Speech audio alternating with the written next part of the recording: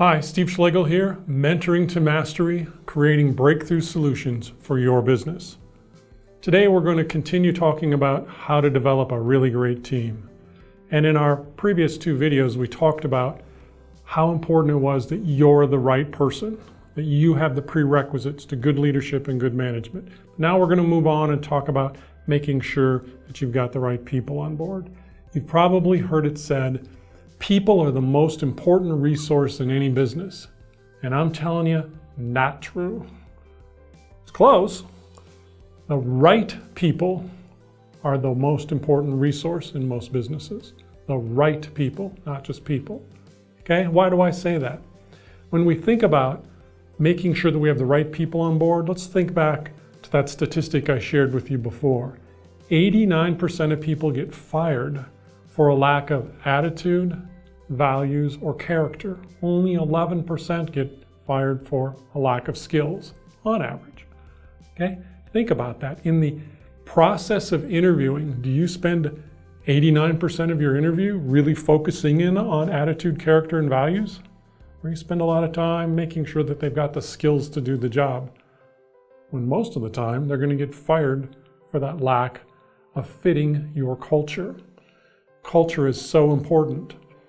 You know, another interesting statistic, just in general, is that in most businesses, 30% of the employees are actively engaged, are excited about what they're doing.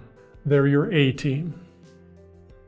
20% of your employees are working against you. They're the drama kings and queens of the business.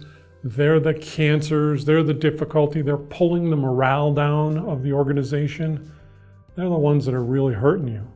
And the other 50% are really there to punch the clock, to collect their paycheck and go home.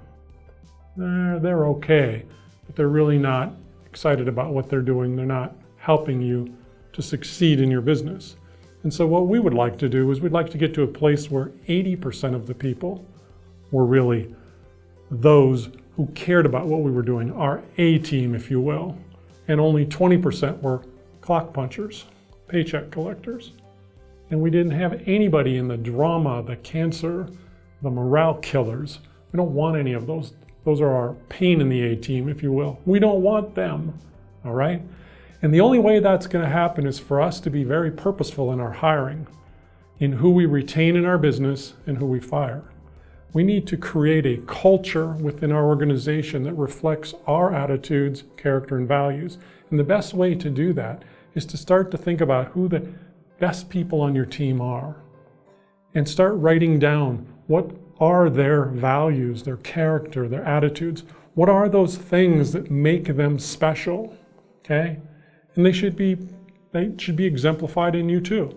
And so try to make a list of what those things are.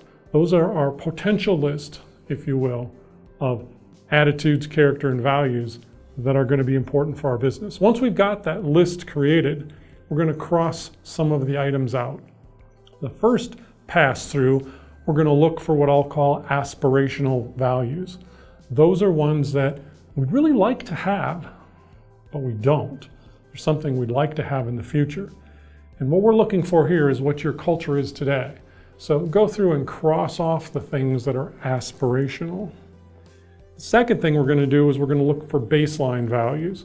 There's certain values that anybody needs to get inside the door. Okay? Someone might have on their list integrity. Can't work here unless you have real integrity. And that's fine, but that's true of your competitors and the other companies down the street.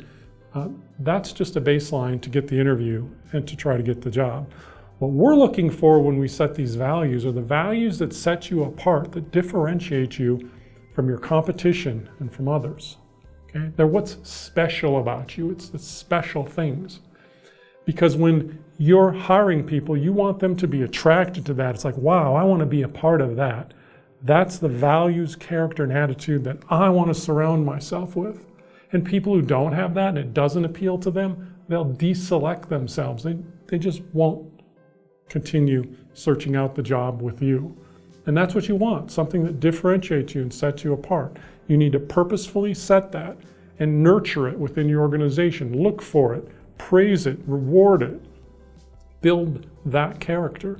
At the end of the day, we want 3 to 7 values or character traits or attitudes that really set us apart. So you're going to have to go through the list, get rid of the aspirational, get rid of the baseline, and focus in on those that really set you apart. Try to boil that down to 3 to 7 items, okay? And then you're going to start using that, and you're going to start interviewing for it. You're going to start hiring people, rewarding people, promoting people who fit, and moving people out who don't, okay? By doing that, you'll protect your culture and you make your business something special that can continue to serve your customers well and to grow, okay? So I would encourage you to take those steps today to purposefully start doing that. I'd like to thank you for watching this video. Check out my other videos so that you can find other breakthrough solutions for your business. And if you like this video, please click on the subscribe link below. Thanks.